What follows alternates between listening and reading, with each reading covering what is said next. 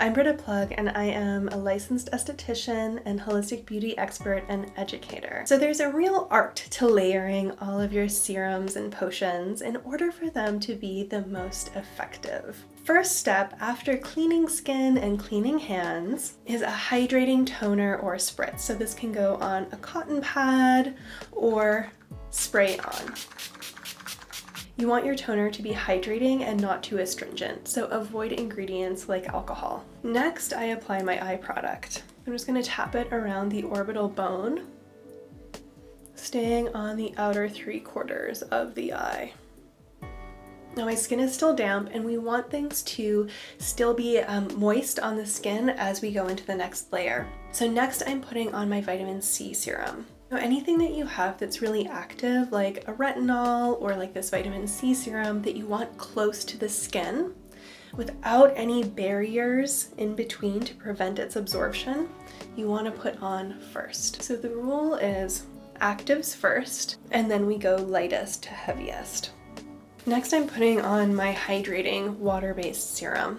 Skin is really sponge-like, and we want to get it all plumped up and hydrated with our hydrating serum. So this could be something with aloe, with hyaluronic, something really just water-based, juicy, plumping. And then we go into the oil-based serums next. Again, we want the skin to still be damp with the water-based serum when we apply our oil. This is going to help with the absorption of the oil so you don't feel greasy.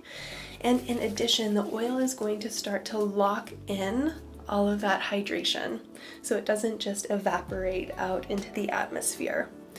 Think about if you were line drying your delicates, how they just sort of, the water evaporates out into the air.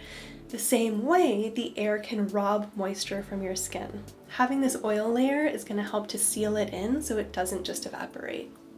So we want our last layer to be protective. That can be an SPF, that can be an antioxidant rich oil or moisturizer that's going to give you some protection against environmental pollution.